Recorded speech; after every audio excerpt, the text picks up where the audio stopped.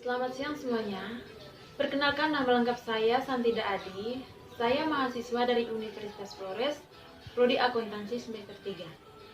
Di sini saya akan menjelaskan tentang bagaimana cara seorang manajer ketika memiliki banyak anak perusahaan yang dikaitkan dengan sistem informasi manajemen. Sebelum melanjutkan ke materi inti, di sini saya akan menjelaskan tentang apa itu strategi perusahaan. Strategi perusahaan adalah salah satu langkah yang digunakan oleh sebuah perusahaan untuk mendukung aktivitas produksinya sehingga menghasilkan sebuah keuntungan dalam sebuah perusahaan. Selanjutnya kita akan memasuki materi inti. Setiap perusahaan dalam menjalankan bisnisnya pasti memiliki strategi yang berbeda-beda ketika menghadapi berbagai situasi, kondisi, dan pasar. Hal ini dilandasi dengan suatu perusahaan yang memiliki kemampuan yang berbeda-beda. Strategi inilah yang menjadi kunci utama ke depannya agar bisa survive dan berkembang sebuah perusahaan. Mencapai tujuan bisnis tanpa menggunakan strategi yang matang hanyalah angan-angan saja, karena di luar sana banyak perusahaan sejenis yang akan berlomba-lomba mencapai goal bisnis mereka. Dalam sebuah perusahaan pasti memiliki seorang manajer. Seorang manajer juga pasti memiliki strategi.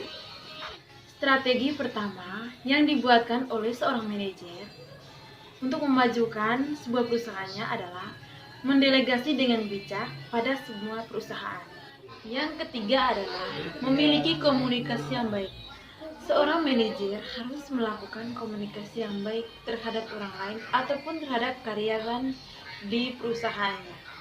Selanjutnya yang keempat adalah bagaimana seorang manajer meluangkan waktu untuk karyawan-karyawan di dalam sebuah perusahaan. Dan yang terakhir adalah ketika seorang manajer menentukan siapa orang yang harus memegangi perusahaan tersebut, maka seorang manajer itu harus memilih seorang yang dapat dipercaya untuk memegang sebuah perusahaan tersebut. Selain itu, ketika seorang manajer memimpin perusahaannya, pasti memiliki sikap-sikap. Sikap yang pertama yang dilakukan oleh manajer adalah bertanggung jawab. Yang kedua, cerdas. Yang ketiga, jujur. Yang keempat, tegas. Yang kelima, saling menghormati karyawan atau orang lain. Berikutnya, dalam mengembangkan perusahaannya, setiap perusahaan pasti membutuhkan sistem informasi manajemen. Yang pertama adalah untuk meningkatkan akurasi data. Melalui sistem informasi manajemen, data-data tersebut akan diproses secara otomatis sehingga di bagian manajemen data-data tersebut lebih efisien dan efektif. Sistem informasi manajemen menyediakan layanan yang dapat dipakai sebagai dasar perencanaan, pengawasan, hingga penyerahan dilakukan pihak manajemen. Yang ketiga adalah memperbaiki kualitas sumber daya manusia. Sumber daya manusia merupakan salah satu aset terpenting dalam usaha. Untuk menjunjungnya, perusahaan harus melatih sistem informasi manajemen yang berkaitan dengan teknologi sehingga beradaptasi cepat dengan teknologi. Yang keempat adalah mengurangi biaya operasional. Perputaran uang dalam sebuah perusahaan harus diawasi secara ketat untuk menghindari hal-hal yang tak terduga.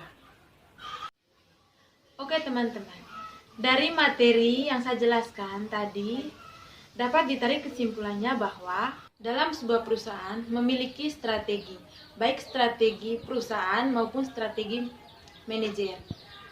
Perusahaan juga membutuhkan sistem informasi manajemen dalam mengembangkan sebuah perusahaannya.